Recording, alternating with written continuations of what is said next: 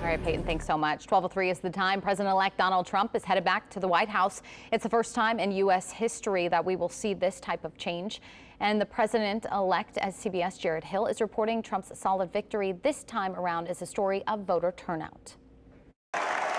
This is a magnificent victory for the American people. Overnight, Donald Trump relished in what his supporters call the greatest political comeback in American history. We overcame obstacles that nobody thought possible, and it is now clear that we've achieved the most incredible political thing. Look what happened. Is this crazy?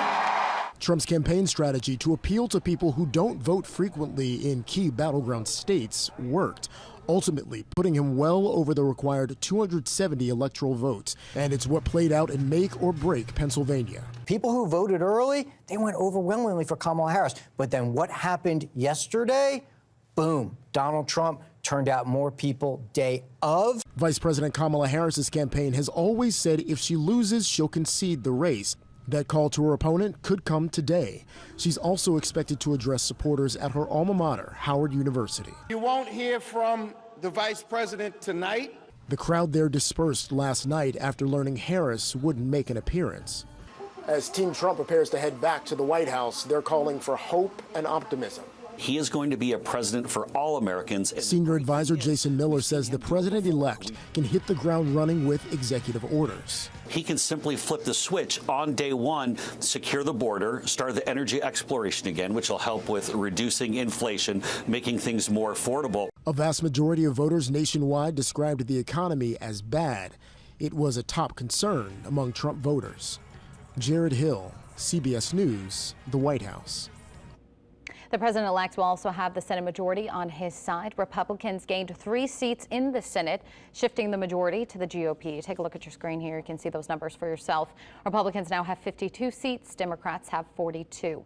The House of Representatives race still has not been called as of yet, but Republicans are currently in the lead there as well.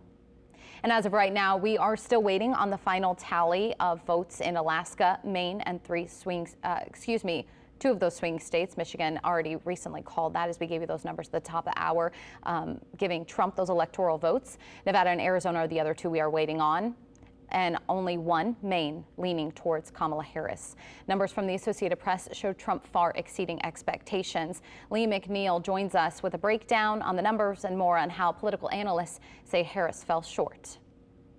Well, we've been crunching the numbers all morning, but official news came from the Associated Press just before 5 a.m. from the swing state of Wisconsin. Those 10 electoral votes secure the second presidential term for Donald Trump. If we do take a look at the Electoral College map, we see a whole lot of blue, a lot of red, and some gray spots where votes are still being counted. But it's the data behind these numbers that really tell a story. In the majority of states, Vice President Kamala Harris did not perform as well as President Biden did in 2020, especially in those must-win swing states like Pennsylvania and Georgia. Actually, in many counties across the country, she underperformed by several percentage points, even in those suburban areas surrounding major cities where her campaign expected her to win. Well, I think it says 2 things. First is that there was a lack of enthusiasm among Democrats to get up and to turn out. And second, it calls into question the get out the vote operations of the Harris campaign. Meanwhile, the president-elect was able to gain more voters in rural counties and increase support from Latino voters in comparison to how he did in 2020. I think it's basically the economic issues that they just viewed Donald Trump as better for business, and they looked at Kamala Harris as just an extension of the Biden administration. Trump also is projected to win the popular vote with nearly 5 million more people voting for him over Harris. This marks the first time a Republican has won the popular vote in a presidential election in 20 years. Back to you.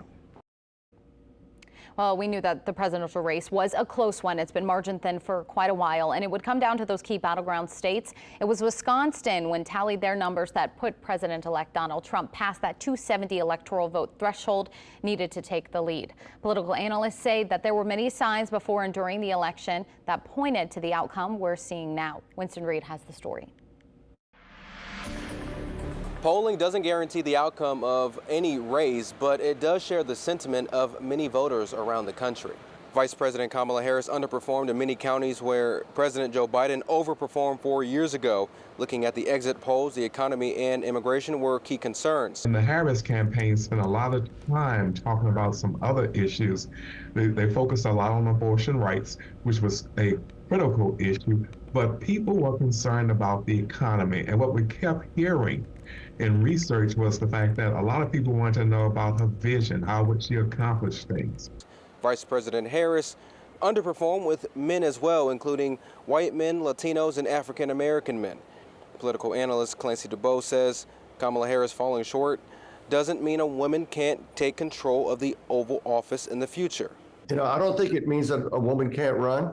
I think we have to not discount, and I'm not blaming black men or Latino men.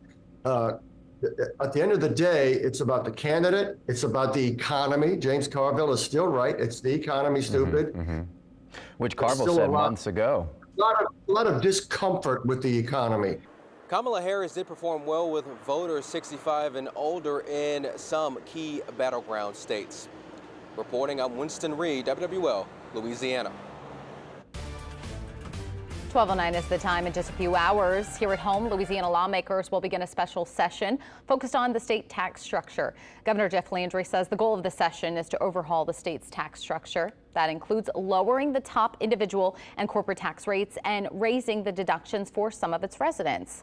If legislators approve Landry's plan, voters will have the final say in March. The session will convene at the state capitol around 3 this afternoon. We have a link to where you can watch it live on WWLTV.com.